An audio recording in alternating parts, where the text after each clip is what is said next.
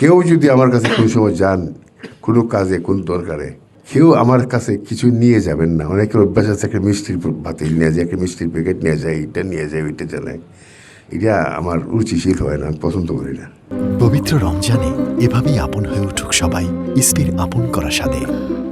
ইসপি আপন করা স্বাদ। তার এক সাহেব ভেরি প্রম্পট কাজের বেলায়, ইজ ভেরি ফাস্ট। যা বলেন খুব কুইক ইমপ্লিমেন্টেশন চান। প্রত্যেকটা কাজের সুষ্ঠুভাবে বাস্তবায়ন ত্বরান্বিত করার জন্য চেষ্টা করেন। আমাদের নির্বাচনের ওয়াদা কী ছিল? যে আমরা ফ্যামিলি কার্ড দিব। 10 তারিখ থেকে ফ্যামিলি কার্ড দেওয়া আরম্ভ হচ্ছে। উনি বলছেন কৃষি কার্ড দিবেন, কৃষকের কার্ড দেওয়া আরম্ভ হয়ে যাবে। উনি বলছেন 10 বিঘা 10,000 টাকা মতো কৃষি ঋণ সুদ সহ মৌকুফ। উনি অলরেডি পাশ করে ফেলছেন ক্যাবিনেট মিটিংয়ে। ওনার যেসব নির্বাচনী ইশতেহারের ওয়াদা আছে মেয়াদের অনেক আগেই উনি আশা করি বাস্তবায়ন করবেন, দেশবাসীকে উপহার দেবেন। দেশবাসী ওনাকে উপহার দিছে, এখন ওনার পালা, উনি দিবেন উপহার। তো উনি যেসব জিনিস করেন, ও খাল খনন বলছেন, প্রেসিডেন্ট জিয়া রহমান সাহেব খাল খনন করিয়া এটা আমরা ভালো ফল পেয়েছিলাম বলে উনি মন্ত্রী এটা আবার চালু করবো। ইতিমধ্যে 2টা খাল এখান থেকে রিকমেন্ডেশন গেছে আপনাদের সোনারগড় থেকে, মাধবপুর থেকেও গিয়েছে। ওদের ভবিষ্যতে হয়তো বড় আকারে আরও আসবে।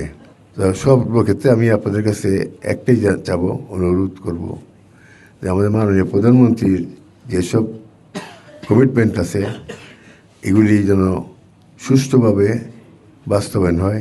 চুনারগড়ের জনগণের স্বার্থে, চুনারগড়ের এলাকার উন্নয়নের জন্য, চুনারগড়ের সমস্যার সমাধান করার জন্য এটা তারা কিন্তু আকাশের চাঁদ না।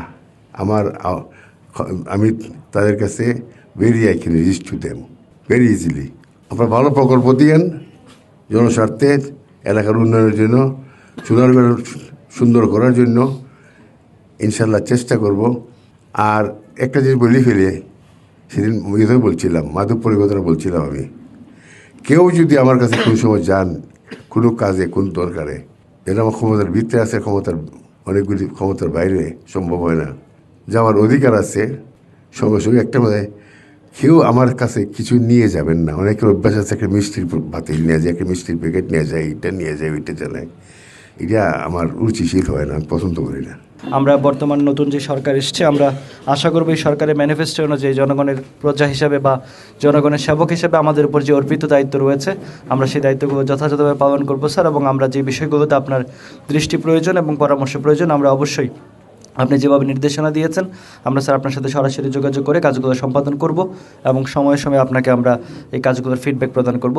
পরিশেষে আপনি সহ স্যার এখানে যারা উপস্থিত সকলকে ধন্যবাদ জানিয়ে, সকলের সুস্বাস্থ্য দীর্ঘায়ু কামনা করে আমি আজকের এই আলোচনা সভা ও মতবিনিময়ের এখানেই সমাপ্তি ঘোষণা করছি।